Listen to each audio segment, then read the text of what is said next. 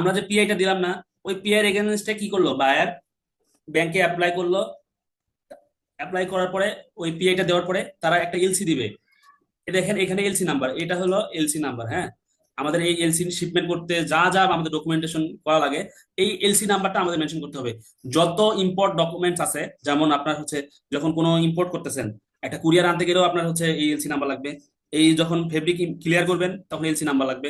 LC number, date, এই কোন date, এটা হচ্ছে buyer application for amendment to irrevocable commercial letter of credit. Just এটা বায়ার তাদের ব্যাংকে অ্যাপ্লাই করছে, এই হচ্ছে এটা হলো। এই যে ওরা আবার এই কপিটা ড্রাফটটা দিছে চেক করার জন্য আমাদের। তো এখানে এখানে এই ডিসক্রিপশনে টার্মস এন্ড কন্ডিশন সব দেওয়া আছে, ভ্যালু দেওয়া আছে, প্রাইস দেওয়া আছে, শিপমেন্ট ডেট, ডেলিভারি ডেট, সব কন্ডিশন দেওয়া থাকে। এটা জাস্ট অ্যাপ্লিকেশন ফর্ম। আমি ট্রান্সফার কপিটাও আমি দেখাচ্ছি আপনাদেরকে। আচ্ছা, এটা আমাদের ফ্যাক্টরিতে এনপিএম অ্যাপারেল, এই এনপিএম অ্যাপারেলে এই বাইরে আবার ওই এলসি টা যখন ট্রান্সফার করছে যেটা দেখাইলাম, ওইটা আবার ট্রান্সফার ব্যাংক টু ব্যাংক যখন ট্রান্সফার করে তখন এই যে এরকম এরকম হয়, লেখাগুলো এরকম, এখানে টার্মস এন্ড কন্ডিশন সব দেওয়া আছে এখানে। এটা আবার অ্যাপ্লিকেশন করছে এখানে, এনপিএম অ্যাপারেল ট্রান্সফার করছে, এখানে সব ডিটেলস দেওয়া আছে, issuing date, export LC number, ওই এলসি নাম্বারটা এখানে আবার দেওয়া আছে। ইস্যু ডেট, কবে ইস্যু করছে সেই ডেট, আবার অ্যামাউন্ট কত, অ্যামাউন্ট 1,84,420 টোটাল ভ্যালু দিছে। এক্সপায়ারি ডেট, শিপমেন্ট ডেট থেকে দেখা যায় যে এক্সপায়ারি ডেট আরো 1 মান্থ বা 15 ডেজ বা 20 ডেজ এটা বাড়ায় দেয় ডকুমেন্টেশন প্রসেসের জন্য।